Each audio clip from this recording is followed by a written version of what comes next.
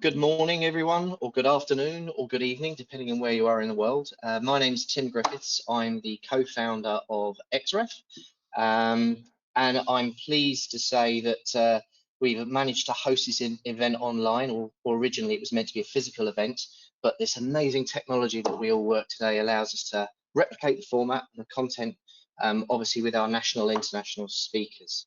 So let me introduce today's panelists. We've had a late-minute change. Unfortunately, Rebecca couldn't be with us from SmartRecruiters today, and Jerome Ternynck, who's the founder and CEO, has stepped in, which we really appreciate. For those of you that don't know Jerome is an entrepreneur with his heart in recruiting and his soul in technology. He's passionate about what he does. He hates the status quo and loves innovation, especially when it reaches disruption. We also have Mike Keating, who's the co-founder of Attract.ai. Mike has spent the last 11 years obsessing over the recruitment industry. He's the co-founder of Attract.ai, which is a great place to be as a co-founder, an automated talent sourcing platform that helps fast-growing tech companies transition from the reactive hiring to proactive sourcing. He's also an oat milk advocate and often gets called a giraffe as he's 6'4". So welcome, Mike.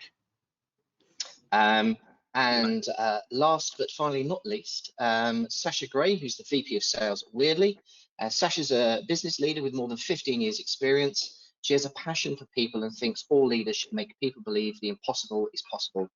She spent the past 5 years working in startups, recruiting and developing teams, and creating the environment that everyone knows flourish. I forgot to click the slide, but there's the slide, and that's who the people are. So welcome everybody. We've got just under 200 people on, so go us. Right, so let's launch straight into our first question here.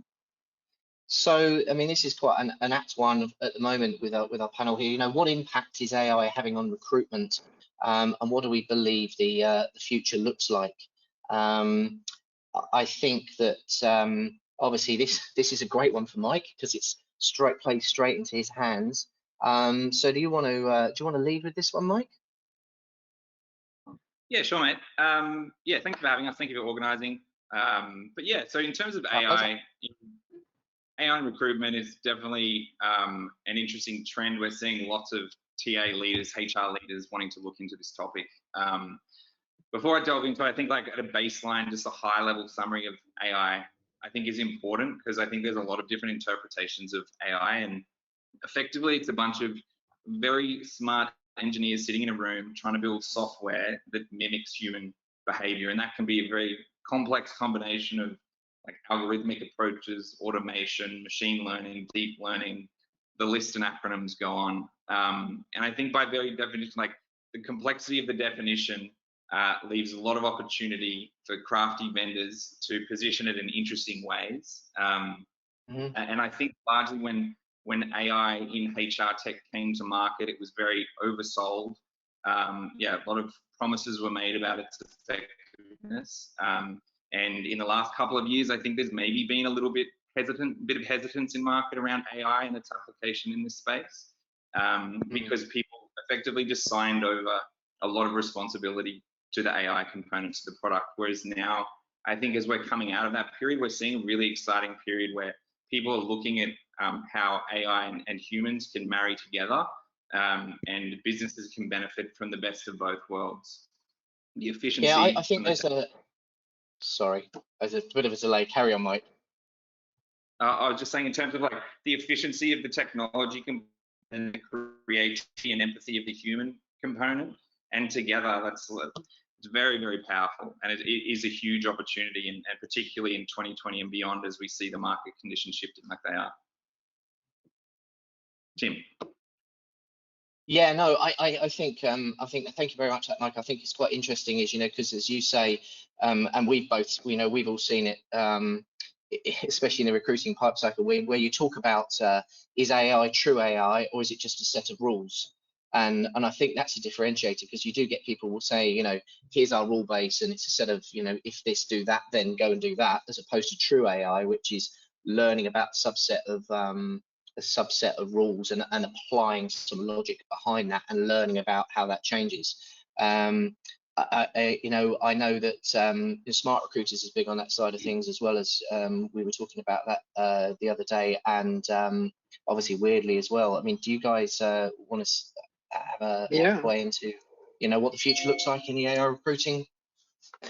Yeah, I think AI, as in call it machine learning to keep things simple, right? To Mike's point, has a good role to play in matching people to jobs. So what does a good person look like for this job? What does a good job look like for this person? Which essentially really is just about the early stages of recruiting.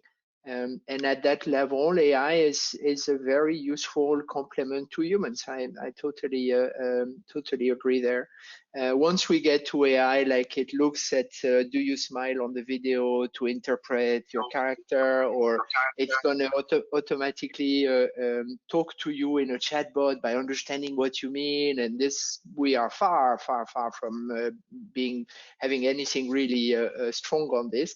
But the matching of people to jobs is a really good one. It's a really good one because the accumulated knowledge of an AI actually can help recruiters make better decisions and remove bias.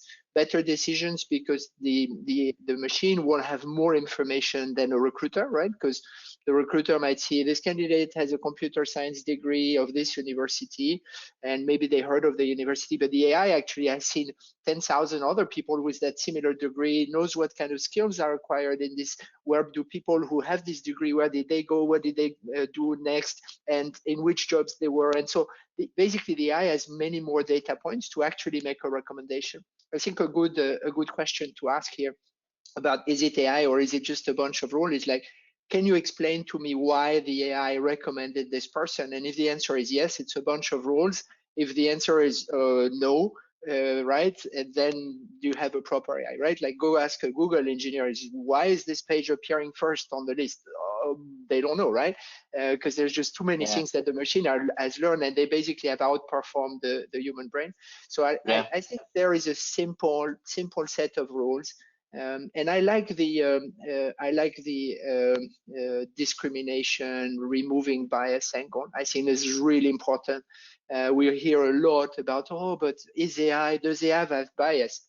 Yeah, of course, an AI has bias. Yeah. It's a machine, right? But so do we. And last time the BBC checked, on 100 resumes sent to 100 companies, Adam gets 3 times more callbacks than Mohammed for exactly the same resume, right? And the AI actually doesn't care about what your name is. And so if the AI can actually help normalize at least the screening stage, the sourcing stage, and remove human bias from that element, I think it's powerful. Good. Sascha? Yeah, look, I think, to add to both Mike and Jerome, the way we look at this a little bit is, when you're considering, everyone on this call is in the people business, right? So, when you're considering AI as a piece of technology or any HR tech, really, it's really understanding, does this piece of technology actually bring a human element? And I guess if it doesn't, it really doesn't sit or shouldn't sit in the people business.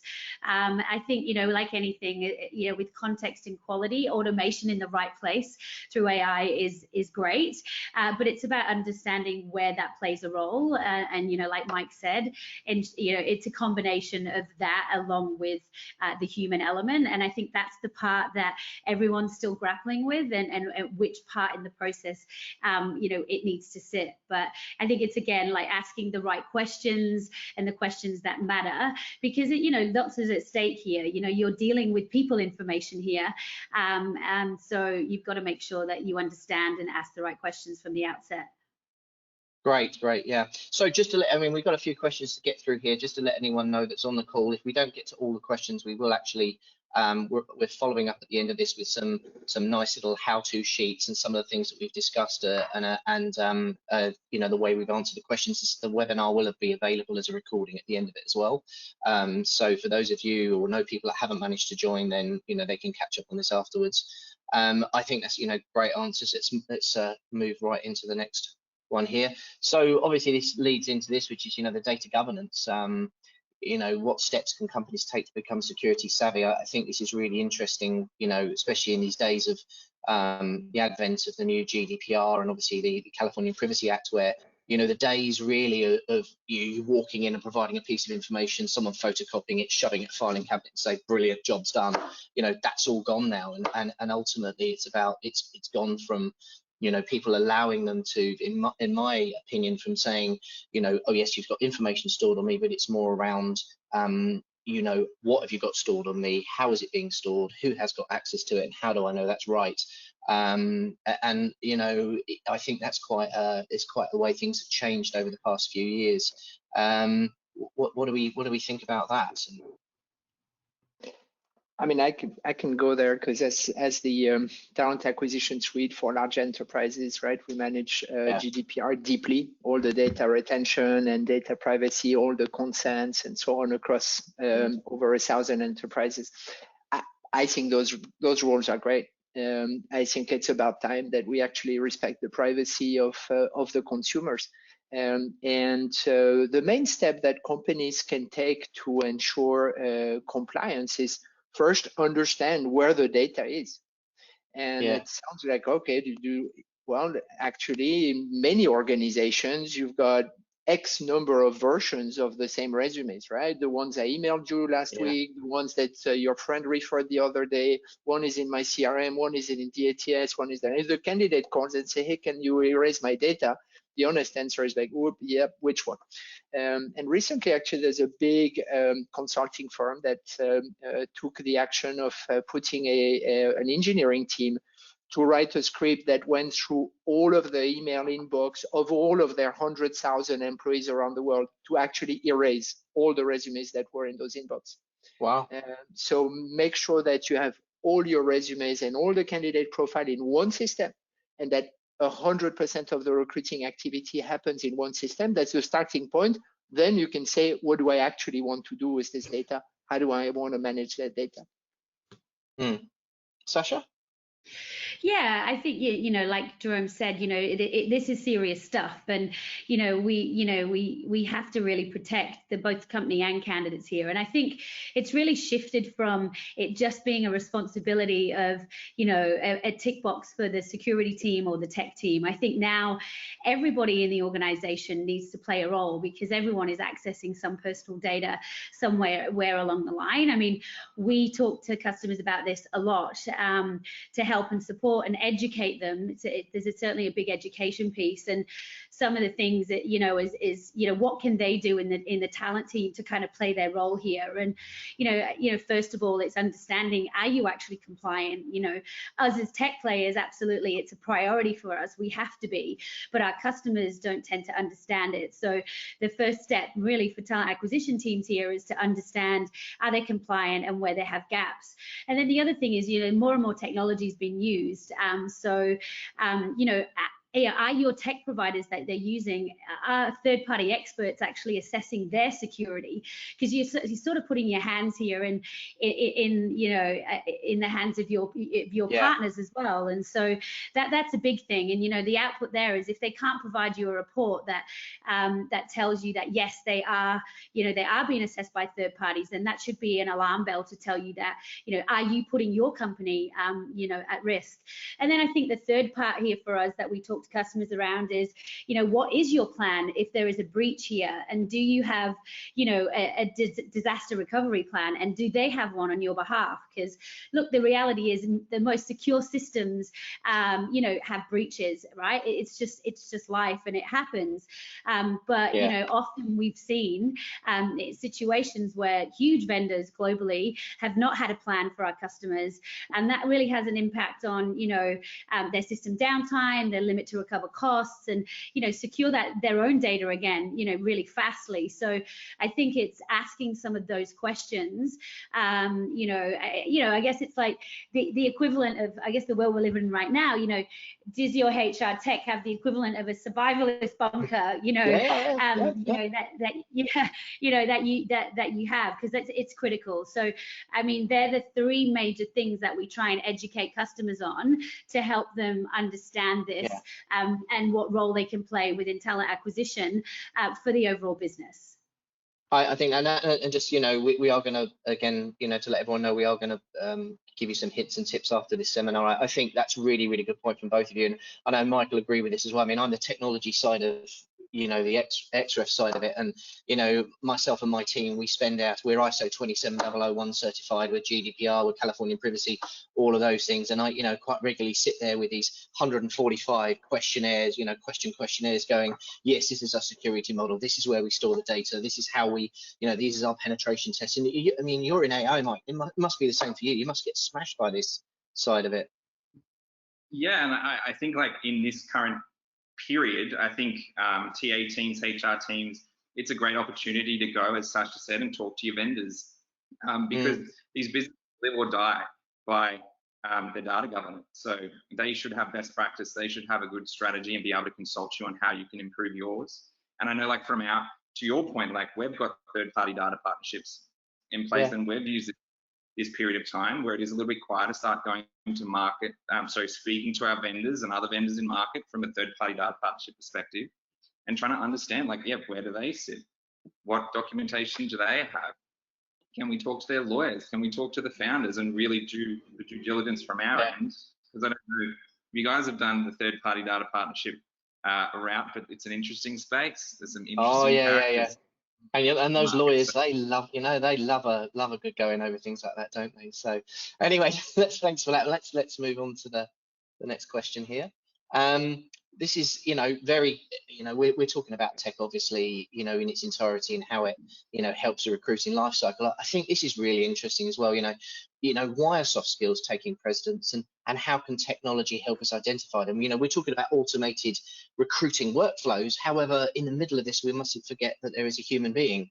So, you know, this is a really, you know, it's one that I'm quite personally, you know, alive of. You know, we look at Xref as really doing the heavy lifting to allow the humans to do what they're actually employed to do.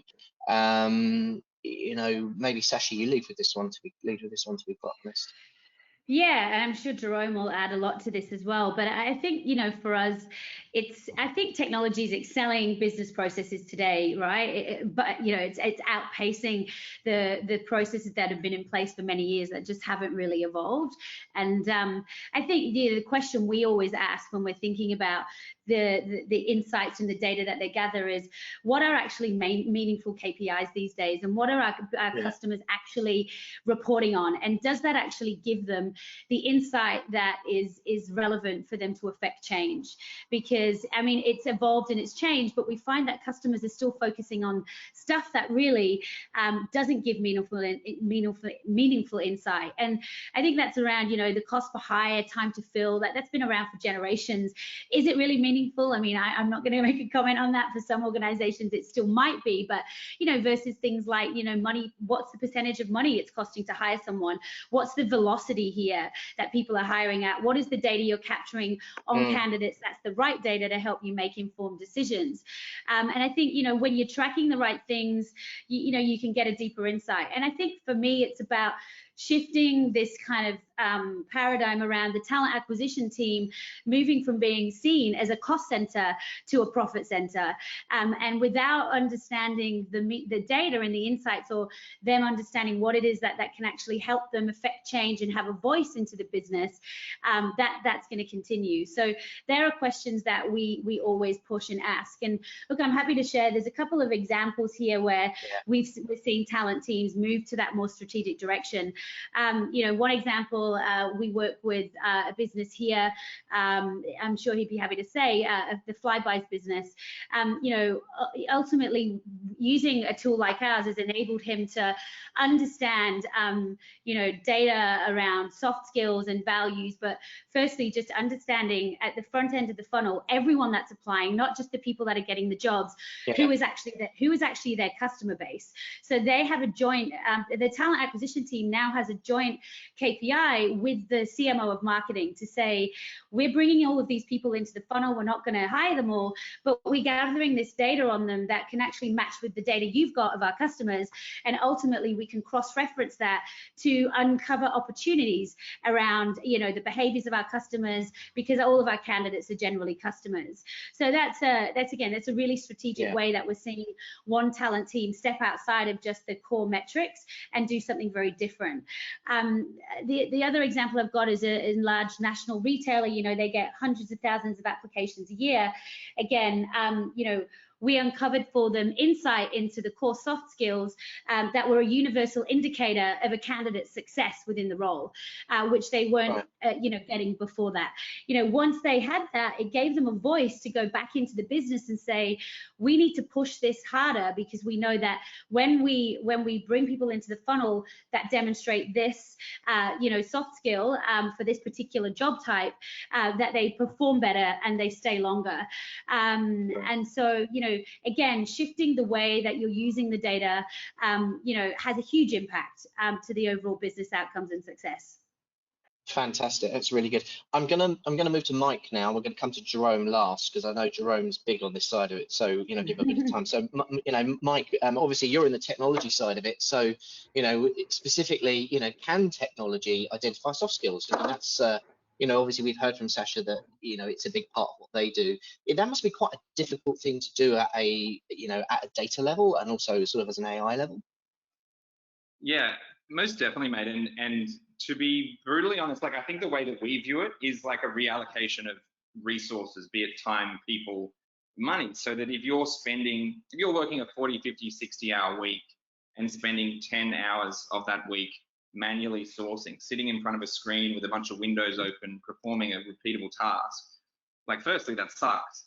Secondly, if we can take that away from you, then you've got an extra 10 hours that you can invest in the human side of things. So that's kind of how we view it.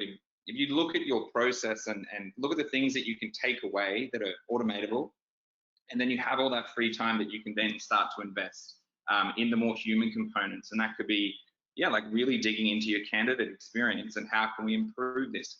How can we make it more human? How can we invest more time in that relationship building and nurturing and all these sort of positive pipelining activities? So I definitely, like, 100%, I think Sascha within Weirdly, in terms of a productized version of measuring soft skills, you won't find a better product in market.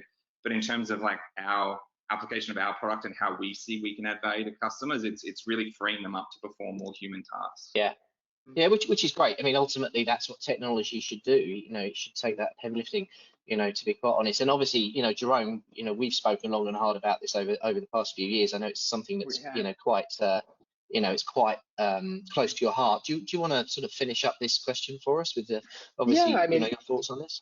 Soft skills is pretty straightforward, right? We hire for aptitude and we fire for attitude. So why don't we start by hiring for attitude?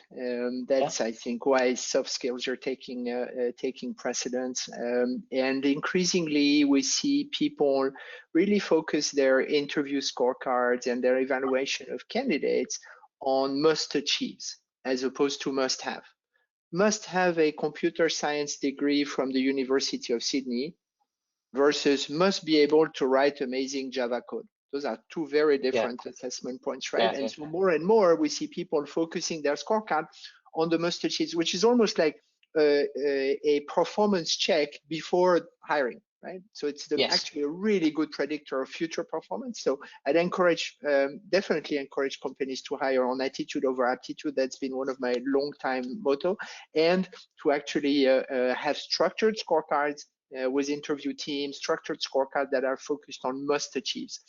And as for technology, this goes back to the art and science of recruiting. And I've done a lot of interviews in my life. It is art and science at the end of the day. It absolutely is. It absolutely is. And in matters of identifying behaviors and soft skills, science is science, and they're definitely useful and has a place there. And so I trust my judgment, but I always back it up with a good assessment. Fantastic. Thank you for that all. I've got to try and get back to the screen I was in. There we go. So this is a really interesting one. How is video changing recruitment? Look at us. We're all sitting at home. I'm not. I'm actually in the office, but I'm totally social distanced because no one's here whatsoever. It's great. I can just run around like a lunatic and no one can shout at me. But ultimately, we're in a new world at this point in time. And I've seen an upsurge in video recruiting and video interviewing and all these types of things. Look at what's going on with Zoom at the moment, and obviously we're on a go to webinar at the moment. Jerome, do you want to lead this one? Yeah, I think when we say video recruiting, I'm like, oh, hold on. What are we talking about? Like, are we talking about a one-on-one interview over a screen? Because that's not video recruiting. That's like actual real interview remotely. Or are we talking about, hey, give me 5 questions that you have to pre-record, and instead of applying your resume, you're gonna give me those answers, and I'm gonna watch your interview responses as a way to pre-screen you. The first one is obvious. We're going to be more and more remote. The quality of this conversation gets better every day. So I think this is here to stay for a long time. As a way for humans to interact, has nothing to do with video recruiting, I think. The first one, I think, still has to find the right position in the market, the right model. It does work well in certain conditions. We have very large retailers in our client portfolio that use this heavily, and it works. When the supply and demand is in favor of candidates, you probably want to reduce the amount of questions and burden you put on them. So it becomes a screening tool. I don't think it is a heavily strategic tool, but it can be applied very, very well in certain cases. Sascha?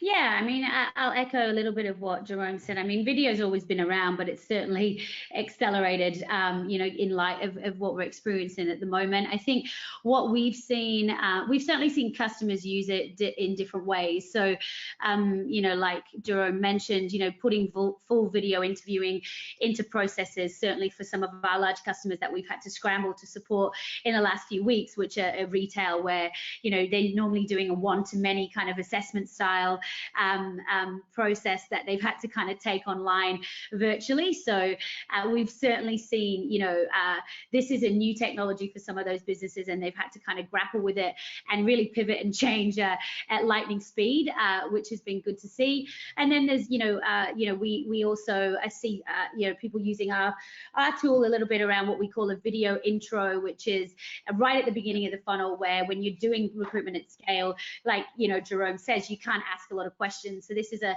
15 to 30 second snapshot of the candidate beyond their resume. So it's that engagement piece. So much shorter, sharp soundbite, but at the beginning of the process.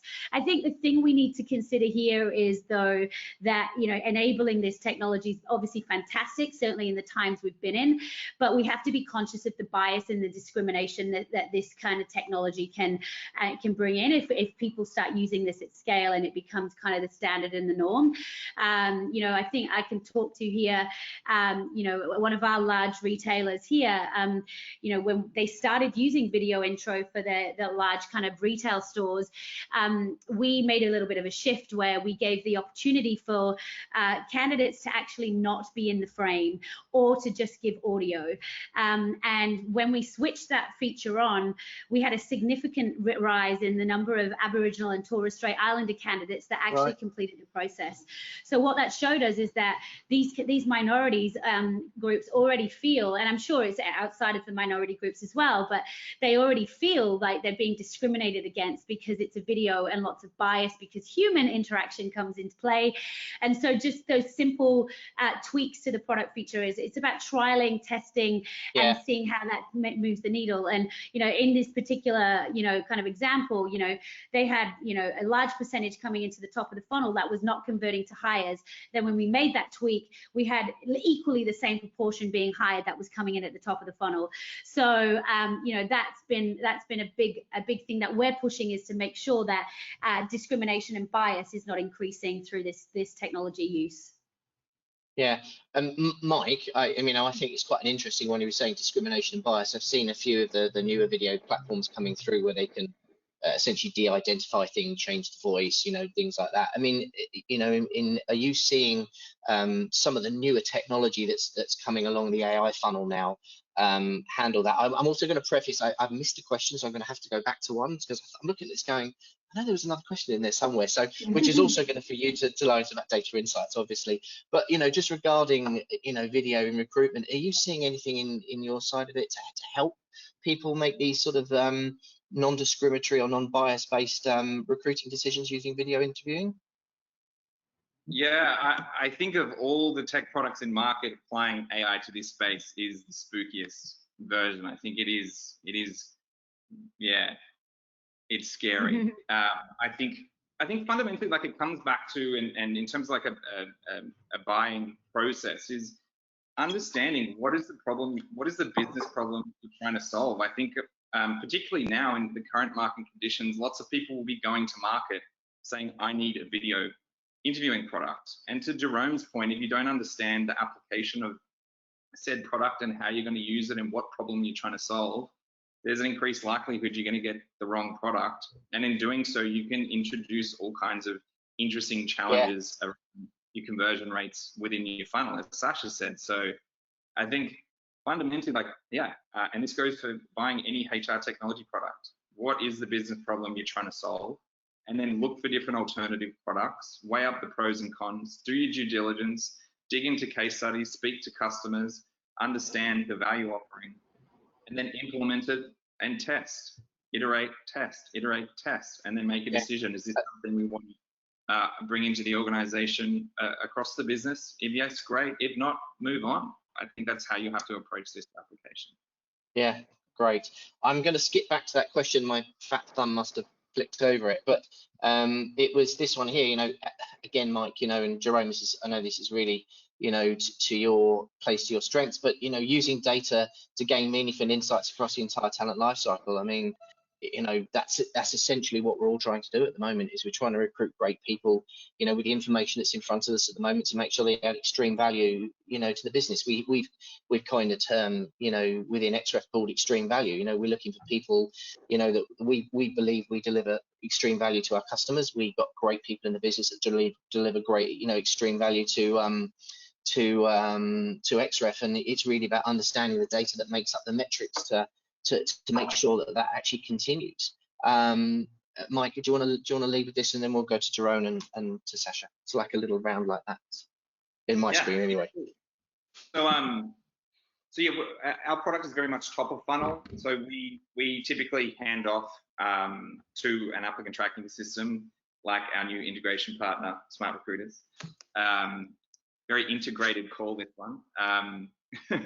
So yeah, so from a top of funnel perspective, most definitely, like, and spinning back to what Sascha said earlier, if you're not understanding what your funnel looks like and the conversion rates within that funnel and where the bottlenecks exist, or even in some instances where there's too much flow through, you can't optimize or customize the product to deliver the results that you're looking for. So for us, most definitely, we do a lot of data collection from that first. So we're an outbound sourcing product. From that first message sent, response rates, phone interview, first interview, lots of data collected, like, across that journey to help customers optimize their top of funnel. And then handing over to Jerome, the benefit of having an integrated suite of products is that we can then integrate with SmartRecruiters with all of their smarts and their hiring success function, and be drawing that data out of their product and pushing that back into the top of funnel to help businesses make more strategic top of funnel decisions versus just throwing bodies into the top of funnel hoping something positive will come out the back end. So yeah, good partners, good integrated products are definitely very, very helpful in solving this problem. Yeah, because it does give us the full talent life cycle, right? I think Mike has a great point here. And for me, the way to use data here for recruiters is ask yourself a simple question: what value are you adding? Like, what does the CEO want? The CEO wants one thing. The CEO wants to hire amazing talent on demand. And against that, as cheap as possible, because the CEO wants that and the CFO. Yeah. Yeah. And against that strategic imperative, how do we measure ourselves? Yeah. Cost per hire, time to fill. Faster, cheaper. I mean, this makes absolutely no sense. And I think right now we have an opportunity to get the data to rephrase that conversation, right? And we at SmartRecruiters, we call this hiring success, actually becoming a complete methodology trend. I wrote a book about it. It's called Hiring Success, and we really are trying. That's a shameless plug, Jerome. That's a shameless plug. No, because it's on the other side, so you cannot even read it, right? But the point being, we are trying to elevate recruiting so that it can become a true business partner to the CEO. What does the CEO want to know about this? Are we hiring great people? Are we hiring them on time? So on the time side, we flip the time to fill, which, you know, if you come to me, you say, my time to fill is 57 days. Yeah. I don't care. I mean, start earlier, right? Is all I can tell you, right? But if you say my hiring velocity as a percentage of jobs that are filled on time, my hiring velocity is 90%, and I know that if I decide to invade Belgium, we're going to have the soldiers on the day off, right? And on the this is hiring velocity is business velocity when you think about it. So now we're talking the language of the CEO or the CFO. And on the quality side, we measure quality like 9 years later. How did this person perform, and how do you track this back to, oh, we first got this person from Attract.ai, and where does it come from? So instead of measuring the cost per hire and quality longer term, we introduce the net hiring score, which is just like an NPS but for hiring. So 90 days into the hire, you ask the manager on a scale of 1 to 10, how much of a fit is this new hire for you? And interestingly, you actually asked other candidate on a scale of 1 to 10, how much is this?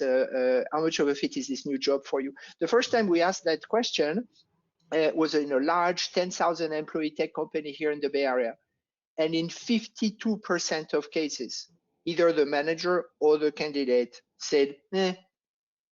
So you take this back to the CEO and you say 52% of your hires are actually, not great. What do you think that means, right? Maybe they leave, maybe it works, they stick around for a couple of years, right? And that basically drives your company. And so we've introduced this net hiring score, positive or negative, as a way to get a pulse. Now you go to the board, you have a net hiring score, which is your direct contribution. You have your hiring velocity, which is how you're translating your work into business velocity, and you measure your cost on a hiring budget as a percentage of salary. So you can say, I'm spending 5% of new hire salary with a velocity of 75% and a net hiring score of positive 30. Now we are in a conversation, because now the CEO can go and say, okay, so what if I give you a bit more money? What would I get back, right? No TA leader in the world has ever been to a management meeting and said, next year, I think we should double our cost per hire. Yeah, I think that's really good, Jerome, because as Sascha said, you know, it's about becoming a cost center to a profit center. And I think that's the interesting thing that most TA teams have is, you know, actually being seen, you know, as a profit center, adding value to the business, and something like that, you know, and this, you know, using the data to do that, I think is, you know, really, really important. I mean, Sascha, do you want to weigh in here? No, I think I touched on this a lot before. I think I echo everything Jerome and Mike said, and I think it's just, having that voice and understanding what metrics are going to actually help you drive better business outcomes. And I think what sits in talent acquisition versus what business drivers are, there's a big gap. And it's down to talent teams to work with the right tech and understand, and can those tech platforms actually help them, you know, get access to the data that's actually meaningful, like Jerome mentioned. Yeah, great. We've done quite well on time, haven't we? This is really good. I want to, you know, thank you all. I've got a couple of questions here, and the last 5 minutes. The first question is, how does tech allow candidates to demonstrate soft skills outside self-assessment? Sascha, do you want to Shall I reread that? It's like, how does technology allow candidates to demonstrate soft skills outside self-assessment? I mean, again, I think again, it depends on what they mean by outside of self-assessment. I think when we're looking at soft skills, we kind of look at it in a few different ways. I mean, there's an engagement piece there because we've all heard, I guess, the horror stories, hiring horror stories of candidates look great on paper, they ace the interview, they get through it, and then when they get into the business, they drag everybody down and and they're unproductive and unhappy. So for us, I think it's a two-way street. The technology, one, it enables scale, right? And then you can choose at what part of the funnel you want to put it in. For us, we look at technology of, putting it at the top of the funnel is critical. It helps with that engagement. It helps you be transparent, outside of just the assessment. So it creates that engagement piece. And SmartRecruiters really help us do that. They've built something called inline assessment to partner with us and all of their clients so that it can be at the top of the funnel, and that really helps candidates actually engage with your organization earlier on, because candidates don't want to go through a process if you're not going to hire them. But we spend a lot of time in this day getting them to the end and then obviously telling them they're not applicable. I think that's important. And look, I think just the other thing is about choosing what technology you use and where in the process it sits. But the scalability piece and accessing more and getting consistency and no bias, I think technology enables you to do that outside of soft skills. Where Brilliant. But Jerome might want to add to that. Yeah, I've got two more questions. Jerome, do you want to chime in on that one? I've got a great question for Mike after this. So. I think the straight answer here is it doesn't. The technology is really about self-assessment here. That's the science. You can measure engagement and that really helps. But the hardcore assessment of soft skills is through self-assessment, which can be gamified and can be accumulated. So it can be an accumulation of data points as opposed to a sit down, we've got a few questions for you kind of assessment, right? So I think the technology evolves there, but at the end of the day, you're assessing an individual, right? Yeah, exactly. Oh, great. Thanks for that. Mike, interesting one. Is AI limiting the ability for candidates to demonstrate potential during the sourcing or application process? Can I reread that? So is artificial intelligence limiting the ability for candidates to demonstrate their potential during the recruiting process? I think if you were to completely automate your process, I would say there would most definitely be restrictions around candidates' ability to communicate that. But I think in terms of segmenting bits that make sense, I think again you gain the efficiency from the technology components and free you up to do more of the human components. I think it just comes down to fit for use. You just need to understand. Again, I feel like I'm harping on about this, but it's what's the business problem you're solving?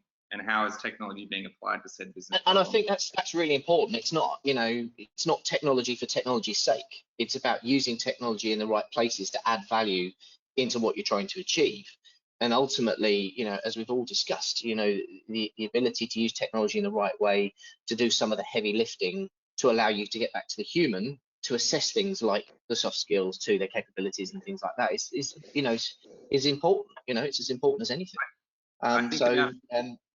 Now with a lot of parents working from home with kids running around, if you think about, could I get an AI to raise my children? Potentially some people would say yes currently, but is that the right answer? No, it's not. Can AI potentially help you in growing your family?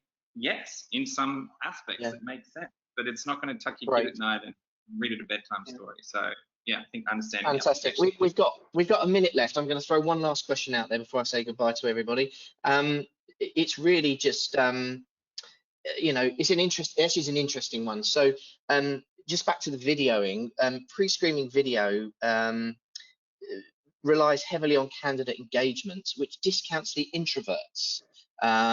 One of which may be the best fit for the role. That's quite an interesting, because not everyone can sit like we are in front of a video camera and talk through things. It's quite interesting. What's your thoughts on that, Jerome? I think I expressed my thoughts earlier on video recruiting. I find it harsh, to be honest, to ask people to actually get in front of the camera. And I really like the person that asked this question, because you could have amazing talent that absolutely hates being on camera, right? And so I think we need to make sure that the process we apply is inclusive and allows us to detect talent rather than remove people. I mean, yes, I can go on and on and on this, but yeah, that's all right then. Have an inclusive hiring process. Brilliant. Sascha, do you want to have the final say on this? Yeah, I agree. It's not a one-size-fits-all approach at all. Like, it might work for some job roles, but it certainly doesn't for others. And I think we've learned that, and on the kind of example I gave you earlier. Yeah, I think it's about, you have to use the technology that is right for the audience you're trying to target. We've got some clients that have hired the first job up to their last job. So, we don't apply video to those to the certain role types because it's not right. They don't feel comfortable with the technology. So we give them the opportunity to send an audio file or send a text file. So I think it's about, giving options and understanding the cohort of people that are going to apply to those roles and customizing the experience for them. Yep, totally. Great, fantastic. Okay, guys, thank you for everyone that's joined us this morning or this evening or this afternoon, where you are. Jerome, thank you for stepping at last minute. Really appreciate it, mate. My pleasure. Mike, fantastic. And Sascha, and everyone out there, let's be careful out there, to state the old Hill Street Blues quote. So have a good afternoon, have a good evening, have a good morning, and we'll see you soon. Thank you so much. We will follow up with everyone that has been on.